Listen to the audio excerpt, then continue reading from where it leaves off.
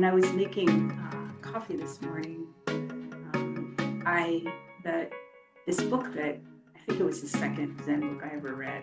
It was called The Zen Environment, and I was really taken with it.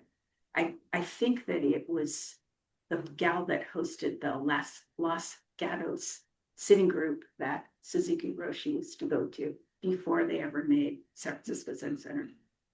And anyway, why it came to mind was I feel like I've been in the Zen environment for the last 2 weeks.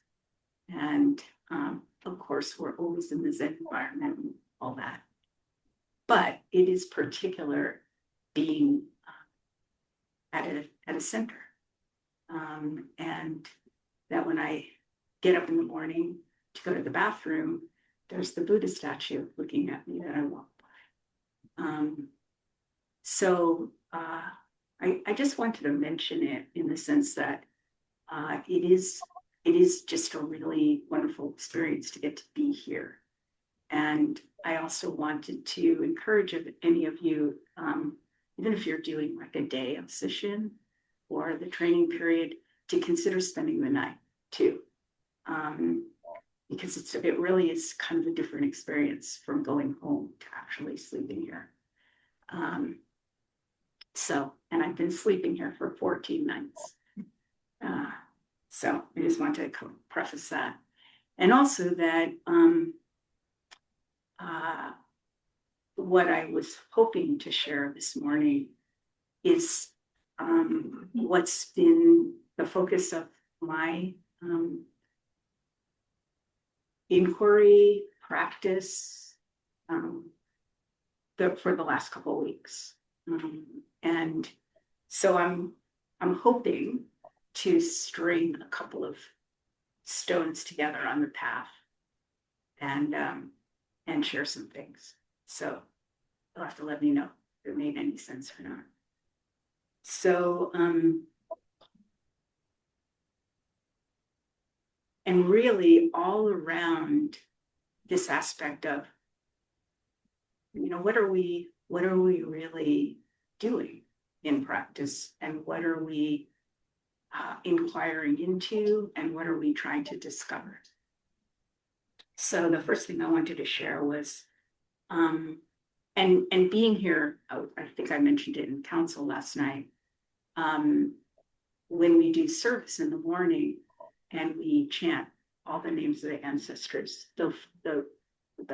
our women ancestors and male, so they're separated in that way, in form, probably not in reality, but they're differentiated, that the kind of the temple lineage and women ancestors. Just a lot of gratitude comes forward for all these generations that bring us here to this moment. So from the founder of this place, Seisen Roshi, I remember her sharing with me, there was a period of time where we would have Doksan weekly by phone. Many of us did, not just me. And I just remember the time that she said this to me. I was in my car outside of Winchester Elementary School. So it was in the middle of my workday. And she said, enlightenment means knowing you're whole and complete as you are. And I can still remember that moment that she said that. And I was like, wow. Well, knowing that we're whole and complete as we are. So that's kind of the first stepping stone here. And in the study I've been doing in the last couple of weeks, I've been reading a lot of commentary by Kyoshin, who is also a teacher in our lineage, a successor of Maizumi Roshi's, and he has a center in Colorado. Many of you may know all that. And a couple times in this talking about the study, he references this story, which I was very curious to look up what the origins. I've heard this story, and you're going to have heard this story before, but I was curious what the origin of it was, and it's called the streetlight effect, and it's a parable that's dated to the 13th century, to Sufi literature, and the Sufi mystic Nasruddin. So the story, and I think this is going to be familiar to you, is that there's somebody who's drunk and they've lost their car keys. None of you have ever been in this situation ever. So somebody's drunk and they've lost their car keys, and a passerby comes by, and the person's looking around under this streetlight. That's where the name comes from. And the passerby says, "Where did you lose your keys?" And the person who's drunk said, "Well, over there." And the passerby says, "Well, why aren't you looking over there?" And he said, "Well, because the light's over here." So, pretty obvious that that's so much what we do, is we look someplace for this Buddha nature or this true self or this peace of wanting to know who we really are. We look everywhere else but where we lost our keys, which is in our own heart and in the middle of our own experience. So here's the stepping stone from enlightenment means knowing that we're whole and complete as we are, to where are we looking? And it's the darndest thing that over and over and over again, at least in my experience, I look elsewhere. I don't trust that it's right here, right now, as this all the time. But as my Izumi Roshi said, not is the way you think of yourself. Not is all the ideas and opinions we have about ourselves and the world and other people. That's looking where the keys aren't.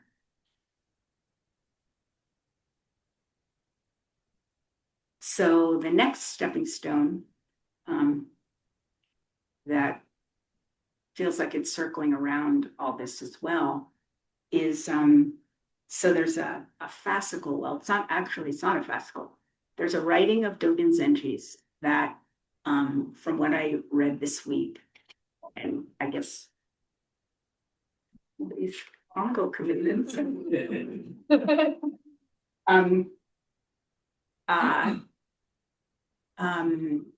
was the first writing that he did when he came back from China. And so it's called the Fukan Zazengi. Many of you, I'm sure, have heard of it.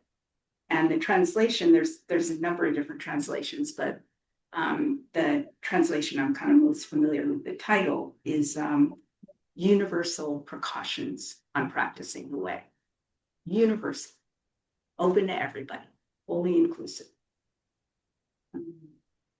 And so, Dogen, again, as many of you are going to know, is considered the founder of Soto Zen in Japan. So he wrote, the Fukan Zazengi is the first thing he wrote before, I think the Bendoa was the first fascicle in the Shobogenzo. But so this is from the Fukan Zazengi, and Shishin mentioned a number of other people, including Rinzai, who said something similar. So this is the fourth paragraph in the Fukan Zazengi, and I'm not sure if it's on our website, or it's really, I think it might even be in the chant books, but it's very accessible. So this is the quote: "You should therefore cease from practice based on intellectual understanding, pursuing words and following after speech, and learn the backward step that turns your own light in." Take the backward step that turns your light inwardly to illuminate yourself. Body and mind of themselves will drop off, and your original face will be manifest. I just wanted to kind of point out that that this, based on intellectual understanding, pursuing words. I have had the opportunity to work with Seisun Roshi in this study that we're doing through the last couple of weeks. And numerous times she said to me, stop intellectualizing. What's actually being said here? So learn the backward step that turns your light inwardly to illuminate yourself. Body and mind of themselves will drop away, and your original face will be manifest. And here's the most important thing. If you want to attain suchness, you should practice suchness without delay. So, as completely accessible as practice is, it does, in my experience, if we want to attain suchness, we have to put effort into it.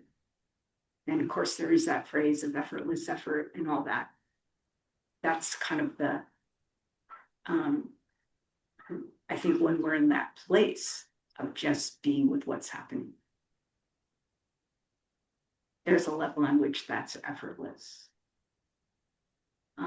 And again, just in my experience, getting ourselves to the cushion, getting ourselves to paying attention in a moment of mindfulness when we're annoyed with our coworker or the person we live with, or feeling fear, feeling anxiety. If we don't want to just do what we often do, which is go down the rabbit hole of trying to figure out why this is the way it is, or our conditioned thinking about ourselves and the world, we have to do something different. But we're going to get that expression in 12 step. We're going to get this, we do the same stupid thing, we're going to get the same stupid result. And I say that with the utmost of love. It's what I do all the time. But if we keep beating ourselves up or thinking that we're not adequate to the situation, or remorseful about why didn't I figure this out sooner, that's what we're going to get, is more of that. So taking the backward step is that shining the light, looking for the keys where they really are, and at least being open-minded that maybe all these ideas about I have about this myself in the world might not be wholly accurate.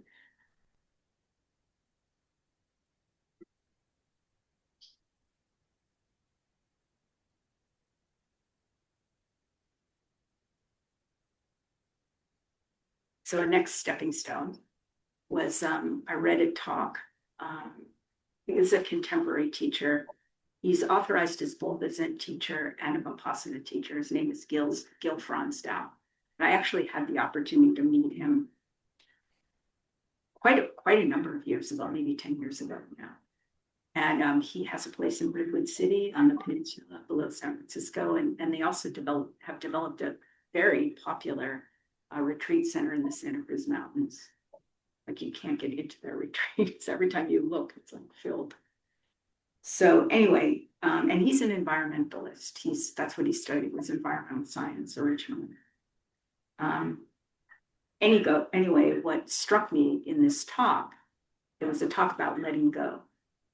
And he said there's an aspect of letting go that is letting go of things, like we're talking about right now, letting go of ideas, letting go of concepts, letting go of clinging and aversion, which is what the Buddha said in terms of how we're going to relieve suffering. And then he said just this such interesting thing, which is there's letting go into. There's letting go into freedom. There's letting go into spaciousness. there's letting go into fundamentally trusting who we are. And it takes sort of a leap of faith because that's not our conditioned way of doing it.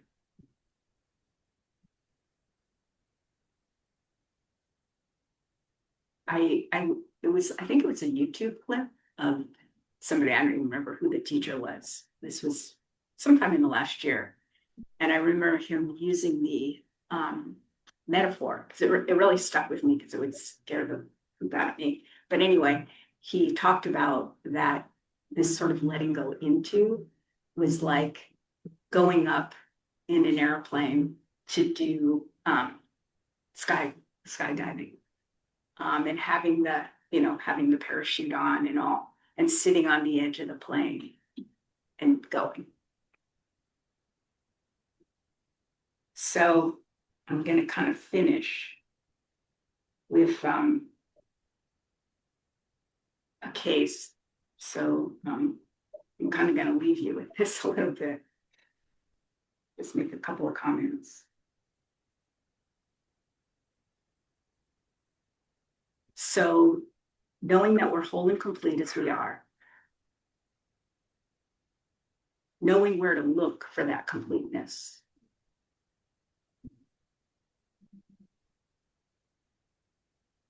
Really exploring this take the backward step.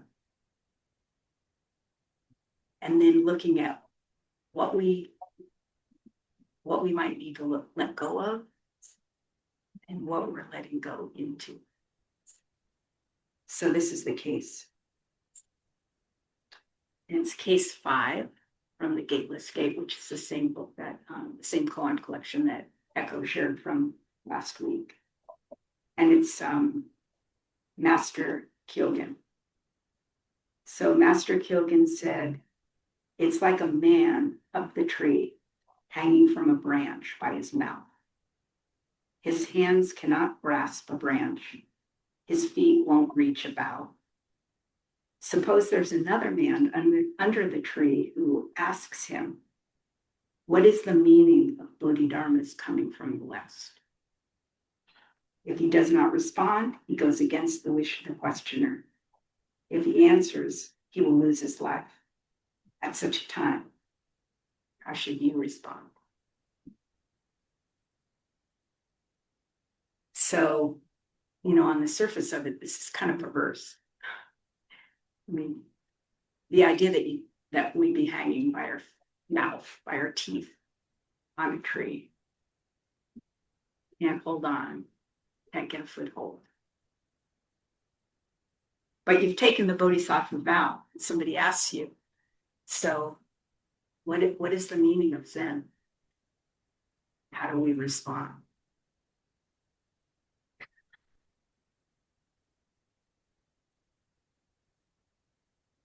And the thought occurred to me this morning. It's like I have this very softly written, so I wrote it out better.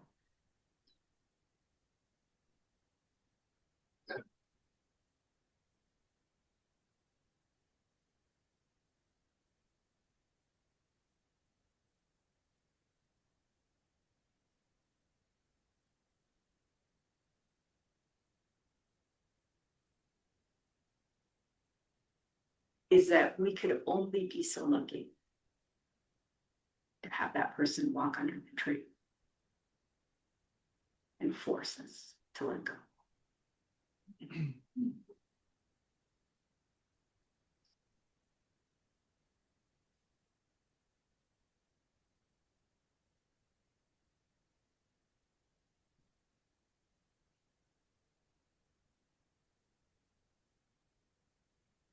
So I just, I'm gonna close with, this is what Annie Lamott says is the best prayer you can make, which is thank you, thank you, thank you.